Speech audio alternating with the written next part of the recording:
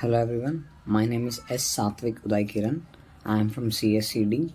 My roll number is 21BQ1A05K0. In this video, I want to explain about Davisson and Germer experiment.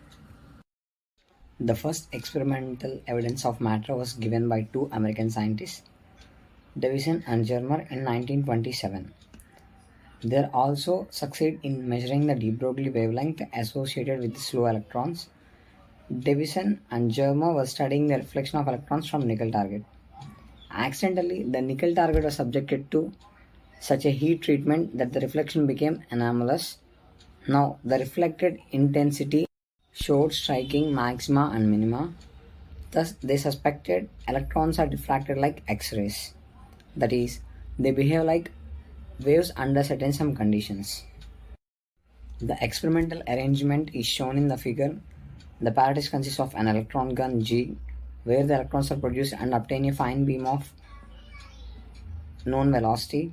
The electron gun consists of a tungsten filament F heated to dull red, so that because the electrons emitted due to thermionic emission. See in the figure, F is the tungsten filament which is produced to a fine pencil beam of electron beam.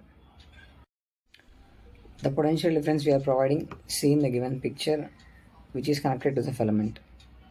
Now the electrons are accelerated in the electronic field of known potential difference, the potential difference which I have shown in the figure. After this, the electrons are collimated by suitable slits to obtain a fine beam. Before G, there are straight lines which are called slits. They produce a fine beam of electron beam to fall on a single crystal of nickel known as target T, which is shown in the figure. The electrons which are acting like waves are diffracted in different directions, which means when the pencil beam of light strikes the target T, the electrons are diffracted. The electrons acting like waves are diffracted from different directions. The angular distribution is measured by an electron detector Faraday cylinder, which is shown in the figure C, which is connected to a galvanometer, which is shown in the figure G.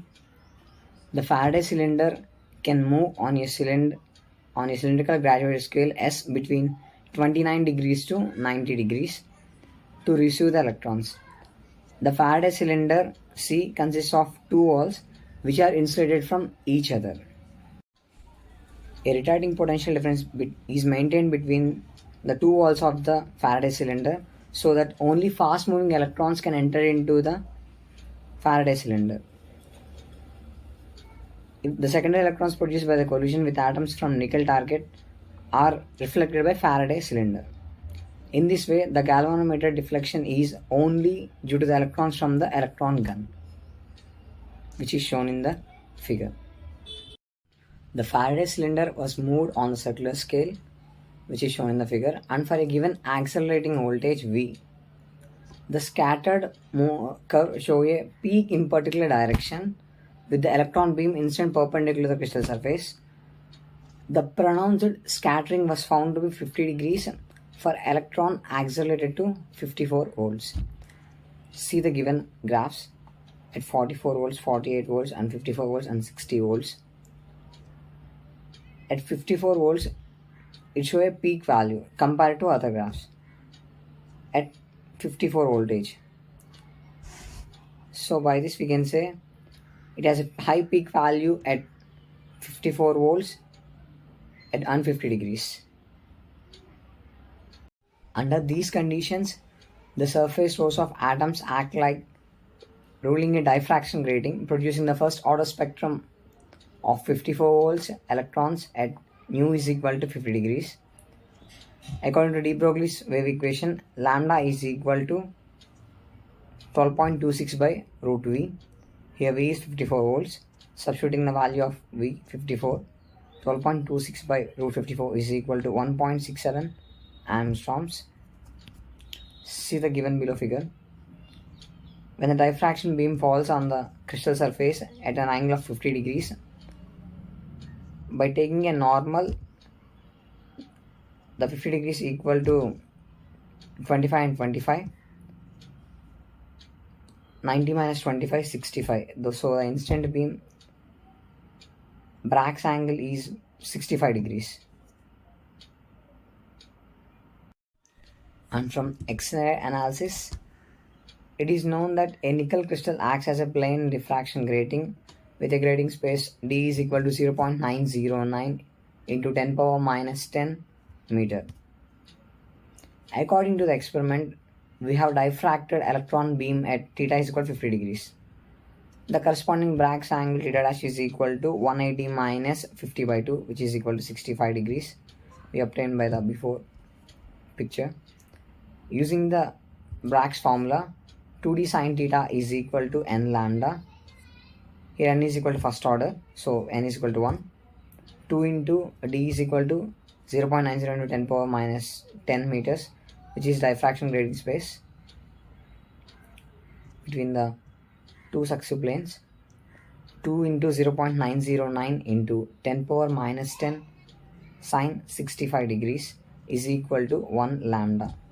Therefore, lambda is equal to 1.65 into 10 power minus 10 meter, that is equal to 1.65 angstroms. As the two values are in good agreement, hence confirms the de Broglie concept of matter waves.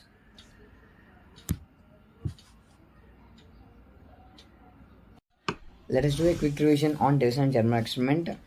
The first experimental evidence of matter wave was given by Davisson and Germer in 1927. Let us see their working. See in the figure. Here F is a filament made of tungsten, which is subjected to a known potential difference. G is an electron gun and T is a nickel crystal target, where C is a Faraday cylinder, S is a graduated scale and G is a galvanometer. First, if the filament is subjected to known potential difference and the filament turns into dull red, produce a fine pencil beam to hit the nickel target. The nickel crystal, when the electron beam hits the target, the electrons are diffracted and falls on Faraday cylinder. The Faraday cylinder is made up of two walls which are having some potential difference. Only fast moving electrons are taken by Faraday cylinder. Slow electrons, which means secondary electrons, are reflected by Faraday cylinder. To see the deflection, a galvanometer is connected to Faraday cylinder. We have doing this experiment, we have a peak value at 54 volts and 50 degrees. Lambda, according to de Broglie's equation, lambda is equal to 12.26 by root V. Here V is 54 volts. So lambda is equal to 1.65 angstroms. According to from X-rays, D is equal to, which means diffraction grating space, D is equal to 0.909 into 10 power minus 10 meter.